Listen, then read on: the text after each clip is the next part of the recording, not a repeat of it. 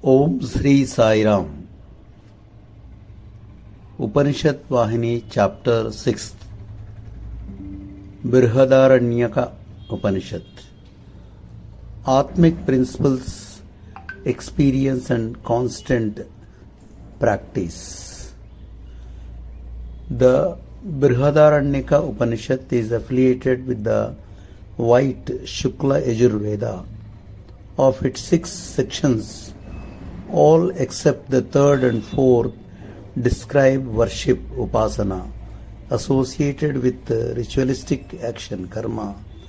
Third and fourth sections deal with the teachings of Yajnavalkya on spiritual truth which he imparted to Janaka.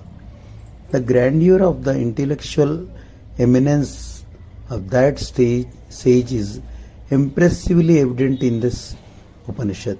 So, the sections are referred to as Yajnavalkya Kanda.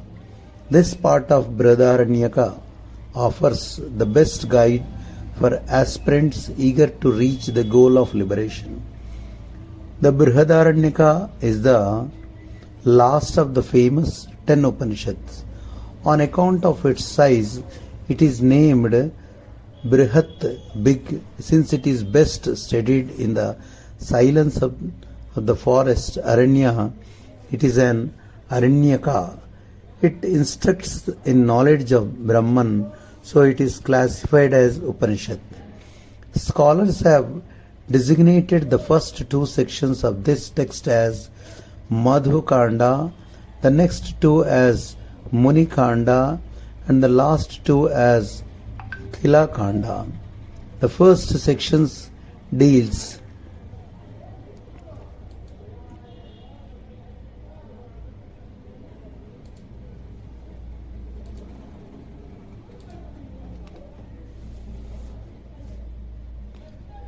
with the basic principles as they are. The second proves their truth by reference to experience. And the third shows how to practice them and get mastery over them. The first section teaches spiritual wisdom, jnana, which is essential for spiritual progress. It is assimilated with the paths of spiritual activity and contemplative worship. It is not mere dry intellectual discipline. Khila means appendix, so the name Khila Kanda is appropriate. The 4 knowledge instruments: word, seed, measure, and geometry. For those eager to earn spiritual wisdom, there are 4 instruments or media for acquiring it. They are word, pada, seed, bija, measurement, sankhya, and geometry, rekha. Word means the Vedas and the codes of law, smritis, that attempt to explain them. Seed connotes the entire gamut of mantras learned directly from the spiritual teacher, Guru. Measurement is of 2 kinds, Vedic and worldly. Vedic measurement means the calculations and quantitative analysis of the various mantras. Worldly refers to the numbers and their interrelationship as far as they are related to the external world and the interrelations of human activities.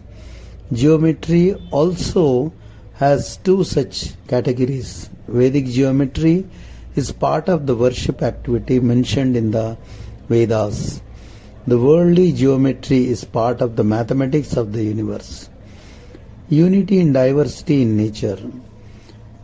The Madhu Kanda describes the Brahma principle in light of the categories accepted as authoritative by the scriptures. God, Purusha, is the primeval person from whom or on whom all this name, form, manifoldness has emanated. We conceive the horse in the horse sacrifice, Ashwamedha, as the creator Prajapati himself. He is directed to impose on the horse the characteristics and attributes of Prajapati, so that he might acquire the fruits of that ritual. This portion is known also as the sacrificial horse related text Ashwa Brahman. Again, the fire that is the central figure in the sacrifice is also to be felt and consecrated as Prajapati. Some descriptions attribute the qualities of Prajapati to the god Agni. So this is called Agni Brahmana. This world, Jagat, taken as true by the deluded, is just a jumble of names and forms. It is devoid of the permanence that only Atma can have. Hence, it breeds disgust and discontent and causes renunciation to grow. The mind is soon free from attachment to the objects of sensory pleasure, and it moves along its natural bent to Brahman itself. All sounds are names. Voice is the cause for its emergence. Form is the result of vision or sight. It emerges from the eye. Karma is similarly has the body as its source. The body is just a context for speech and other instruments. Contemplation on such truths helps the process of inquiry into the Atma to start and progress. The vital air, prana, the body that is its basis, the head which is the seat of the instruments of acquiring knowledge, the strength that is derived from food. All these are considered in this Upanishad. Just as the sweetness of the 1,000 flowers is collected into honey, so this world, Jagat, is a concatenation of the elements. Dharma, truth, Satya, and such abstract principles, people, and such concrete living beings, the first incarnation of Brahman, and such conceptions, all these again are the effects of the same Brahman principle, that is, an immortal, changeless principle. The realization that this principle inheres in every individual is knowledge of Brahman, Brahmajnana. Janaka's sacrifice. Janaka, the king of Videha, celebrated a sacrifice, giving away vast wealth in gifts. Many Brahmins from the Kuru Panchala territory attended. The king had 1,000 cows decorated with ankles, necklaces, and hornets of gold, and announced that they would be donated to whoever taught them the Brahman. The Brahmins, though great scholars in their own line, hesitated to claim the cows through fear of failure. Yajnavalkya, however, was so confident that he asked his students to drive the cows to his ashram, hermitage. The other Brahmins got enraged at his audacity and started testing his scholarship and experience. Yajnavalkya explains the significance of ritual. The first to challenge Yajnavalkya was Janaka's family priest. The answers that the sage gave to his questions clarify the method of attaining the Atma encased in the vital airs, pranas, through the conjoint yogas of action, karma, and devotion. In the sacrifice, the sacrificial priest's voice is Agni, time, Kala is Vayu, and the mind of the performer is the moon. Such is the manner in which one has to grasp the meaning of ritual and free oneself from the limitations of mortality. Yajnavalkya explains the concept of Atma as superconsciousness. The next two echoed the sage was Bujju. His questions were, is there any entity called God, Purusha, who rules the senses and who is not entangled in this current named life, samsara? Or is there no God of this type?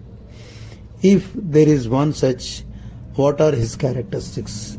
Yajnavalkya answered him thus, your Atma is the entity you inquired about, just as a wooden contrivance cannot operate on its own but must be moved by some outside power or inside force. Or just as this arm can move like this only when the will operates on it, so too, unless a super spiritual power presides, the body cannot act and vital aids cannot function as they do. He is the seer of the seeing function of the body. He hears, not the ear. The super consciousness Chaitana that sees and hears and feels is but a reflection of the Atma on the mind. The super consciousness sees even the seer. What happens is that the consciousness reflected in the mind moves out through the senses and grasps the external world of the five elements. So it appears as if the consequence is engaged in activity. Really speaking, it has no activity. Atma is to be attained by total renunciation. That consciousness, Chaitana, is the Atma. It is behind the reach of the senses.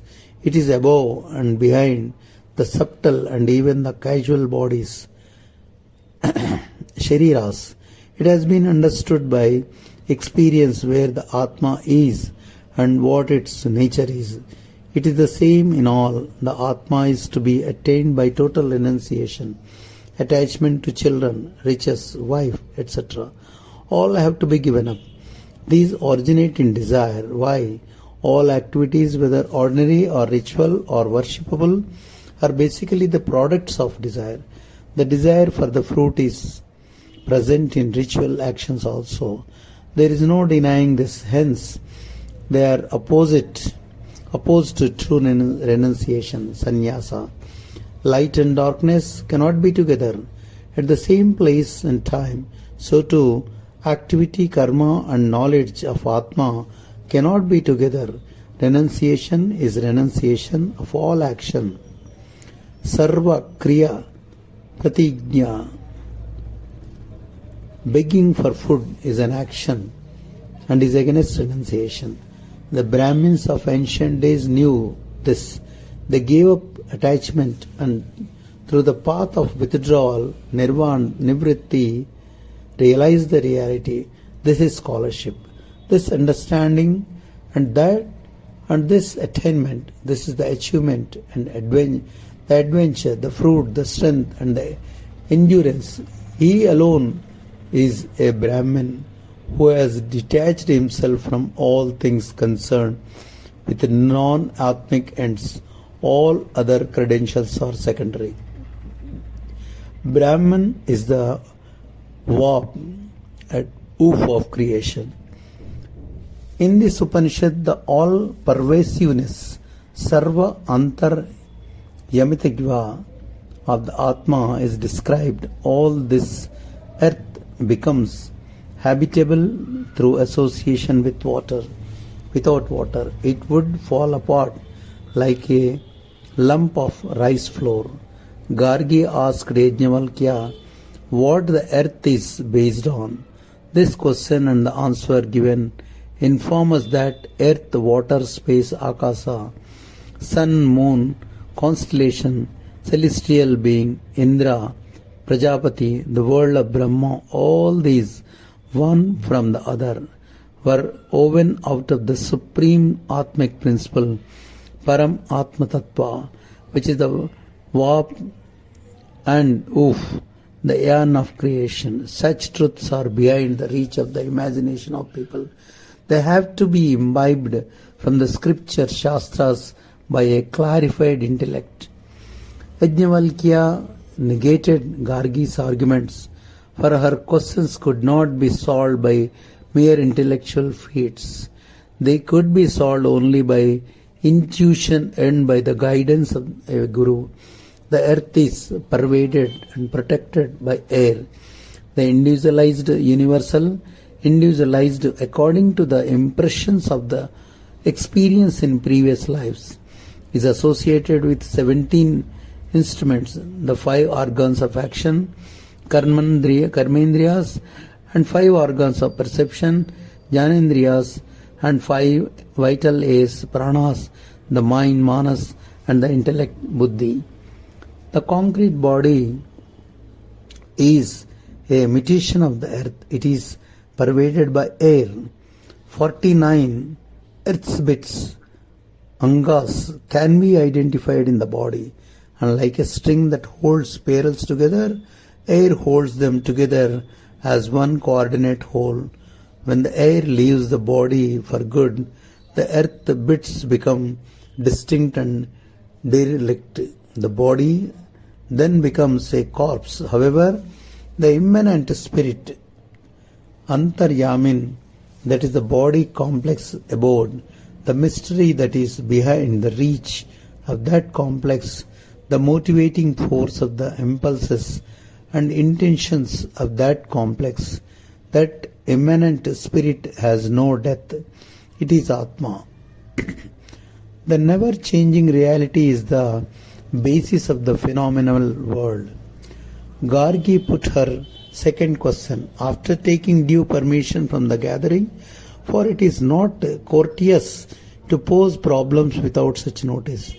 Her question was, on what does the inner core, the Atma, rest in the past, present and future in this dual world? Gargi's intention was to bring about Yajnavalkya's discomfiture, for he would be forced to admit that the timeless entity is behind words and cannot be described at all. This shows that Gargi was also an adept in the knowledge of Brahman, Brahma Vidya. So you can infer that in the field of knowledge of Brahman there is no place for distinction between one sex and the other. The masters of Brahmic wisdom declare that the highest Brahman, Parabrahman, is immanent in the unmanifested earth ether, Akasa, said Yajnavalkya, thus escaping from the trying situation into which Gargi wanted to drive him.